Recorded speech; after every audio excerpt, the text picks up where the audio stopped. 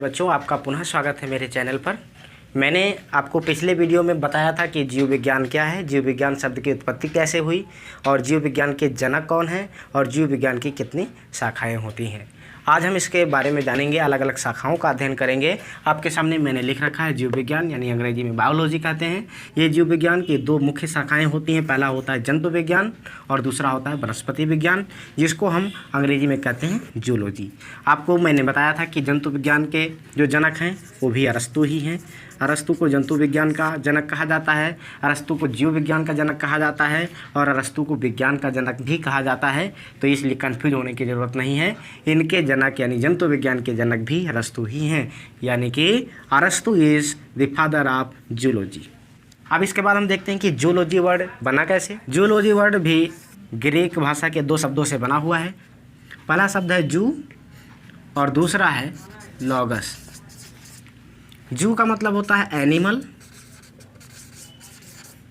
और लॉगस का मतलब होता है स्टडी। एनिमल्स को हिंदी में कहते हैं जंतु और स्टडी का मतलब होता है अध्ययन, अर्थात जंतुओं का अध्ययन। जूलॉजी का मतलब हुआ जंतुओं का अध्ययन। जूलॉजी वर्ड ग्रीक भाषा के जू प्लस लॉगस वर्ड से बना हुआ है। जू का मतलब एनिमल्स और लॉगस का मतलब स्टडी। जंतु विज्ञान यानी जूलॉजी जंतुओं के अध्ययन को कहते हैं। अब एक बड़ी अच्छी परिभाषा आप कह सकते हैं, जंतु विज्ञान क्या है? तो जंतु विज्ञान जीव विज्ञान की वह शाखा है जिसके अंतर्गत समस्त छोटे बड़े जंतुओं या प्राणियों का अध्ययन किया जाता है। जंतु विज्ञान जीव विज्ञान की वह शाखा है जिसके अंतर्गत दुनिया में पाए जाने वाले समस्त प्रकार के प्राणियों या जंतुओं का अध्ययन किया जाता है। इसके अंतर्गत छोटे बड़े दोनों प्रकार के जीव आते हैं, चाहे वो एक कोशिकीय हों चाहे बहुकोशिकीय हों, सबका अध्ययन हम इसी शाखा के अंतर्गत करते हैं। आइए इसके बाद देखते हैं, इन जंतुओं का जहाँ अध्ययन करते हैं उस जगत को कहा जाता है जंतु जगत। जंतु जगत यानी एनिमल किंगडम। एनिमल किंगडम, ये एनिमल किंगडम पढ़ते हैं और इसे मिटा देते हैं। पहले हम जंतु जगत का अध्ययन करेंगे, इसके बाद हम वनस्पति जगत का अध्ययन करेंगे। लिखते हैं जंतु जगत। अंग्रेजी में क्या कहेंगे? Animal kingdom. मैंने कहा इस जगत में क्या आते हैं? इस जगत में सभी प्रकार के, दुनिया के सभी प्रकार के बड़े प्राणी आएंगे,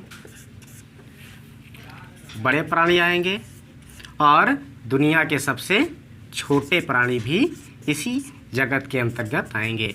अर्थात छोटे बड़े दोनों प्रकार के प्राणी इसके अंतर्गत आएंगे और तब मिलकर के बनेगा एक जगत। उस जगत को कहते हैं जंतु जगत। आइए फिर देखते हैं कि इस जगत को कितने समूहों में बांटा गया। यहाँ अभी फिर आपको मिलेंगे अरस्तु। ये अरस्तु बाबा आपका साथ नहीं छोड़ने वाले हैं, क्योंकि अरस्तु बाबा का योगदान ही इस तरह से हमारे जीवन में है कि हम उनको भूल नहीं सकते। अरस्तु ने जीव जगत को दो भागों में या दो समूहों में बांट दिया। दो समूह में बांट दिया। पहले समूह को कहा आयनेमा, आयनेमा। दूसरे समूह को कहा इनेमा।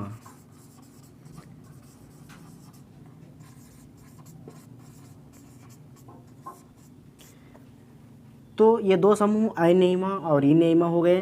तो इन समूहों को किस आधार पर बांटा गया? इन प्राणियों में पाए जाने वाले रुधिर के आधार पर जंतु जगत को दो समूहों में बांटा गया। आइए देखते हैं कि आयनेमा क्या है। आयनेमा ऐसे प्राणी, ऐसे जंतु जिनमें लाल रुधिर नहीं पाया जाता है। लाल रुधिर नहीं पाया जाता या नहीं होता। ये लाल रुधिर इनमें नहीं होता है।